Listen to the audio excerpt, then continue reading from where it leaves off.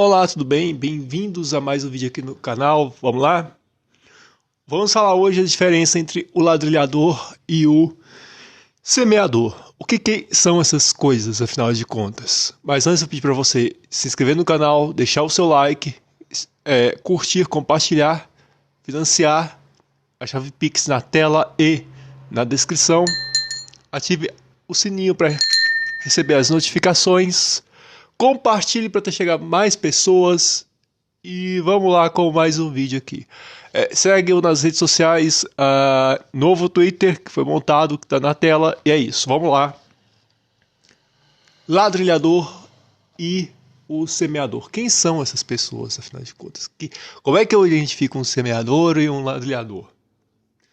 Bom, antes de falar nisso, eu tenho que falar sobre um pouquinho de história da América. Tá? E do que é que isso se refere? Ladrilhador e o semeador. O que são, afinal de contas? Primeiro vamos falar sobre história. Tá? Lá no século XVI, quando os europeus começaram a invadir as Américas, dois tipos bem específicos despontaram. Tá? O português e o espanhol. E por que o português e o espanhol? Porque eles tinham vantagem geográfica em relação ao continente europeu. Né? Ok. Aí, o que acontece? Com o Tratado de Tordesilhas, né, que cortava a América do litoral para frente, era Portugal, né, que ia até a África e o continente africano, e uma parte da América para trás era dos espanhóis. Foi feito o Tratado de Tordesilhas, apesar que a França renegava o Tratado de Tordesilhas, que ela achava que ela não deveria respeitar aquilo que ela chamava de herança de Adão. Por que herança de Adão? Porque foi decretado pela Igreja. Então a França era um dos países que não respeitava, não tinha muito respeito por essa divisão. Tá? O que aconteceu? A princípio, começou a fazer a Espanha e Portugal, que eram reinos católicos, começaram a fazer sua administração e construção de cidades, povoados, vilas, etc. Tá? Eu já falei aqui sobre a colonização espanhola. O reino da Espanha, por exemplo, preferia dividir seu reino, suas colônias, né, em vice-reinados, enfim. Já o reino de Portugal dividiu em várias faixas no litoral, né, que chegava até o litoral, que eram as capitanias hereditárias.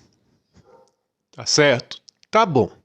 Então, essa é uma das grandes diferenças. Além do que ter uma diferença administrativa, quanto que né, e aí a gente vai entrar no assunto do porquê que o continente, os americanos que falam espanhol foram todos divididos, enquanto o Brasil se tornou um só, foi uma união. É que está a grande diferença, né, da diferença administrativa do Brasil e de Espanha, né, enquanto que a Espanha preferia, enquanto o Brasil conseguiu fazer uma união, e principalmente após a chegada da família real, após a independência, que foi fortalecido ainda mais essa relação. Mas o que acontece? Na construção das Américas, o Sérgio Buarque de Holanda, e sim, pode ser criticado o Sérgio Buarque de Holanda, como o Gessé Souza fez, pode ser criticado, não há o menor problema. Isso é super normal na historiografia, debater e criticar os caras. Debater, por exemplo, e criticar um autor é normalíssimo na academia. O que não se pode fazer é tratá-lo como se fosse um inepto. Isso não se faz. Ou xingar ou ofender o autor. Não se faz isso. Mas críticas ao autor é sensacional. Tá? É assim que a universidade cresce. Tá? Mas o que é então esse ladrilhador e o semeador? O ladrilhador e o semeador são aquilo que o Sérgio Buarque de Holanda definiram como a forma da criação de cidades na América Espanhola e na América Portuguesa. Enquanto que o que o Sérgio Buarque quer dizer, afinal de contas? Enquanto que o português está mais preocupado com a quantidade de cidades a serem construídas, fazer uma quantidade acelerada de cidades e por aí vai. O espanhol ele está preocupado em fazer uma cidade organizada, né? Ou seja, qual é a comparação que o Sérgio Buarque de Holanda faz? Enquanto né, português sai por aí semeando cidades à torta e à direito, o espanhol está preocupado em ladrilhar, né, como se fosse um ladrilho. Por exemplo, a praça central da cidade tem que ter o tamanho determinado, tem que fazer uma cidade bem organizada. Vamos, por exemplo, aqui. Aí não, né? Aí não. Não é assim, como diria o Théo José. Vamos dar um exemplo aqui de cidades. Enquanto que o ladrilhador fez, sei lá, a cidade de Quito, no Equador, que é uma cidade mais no interior do país, né, ou da colônia, organizada, construída, blá blá blá, beleza.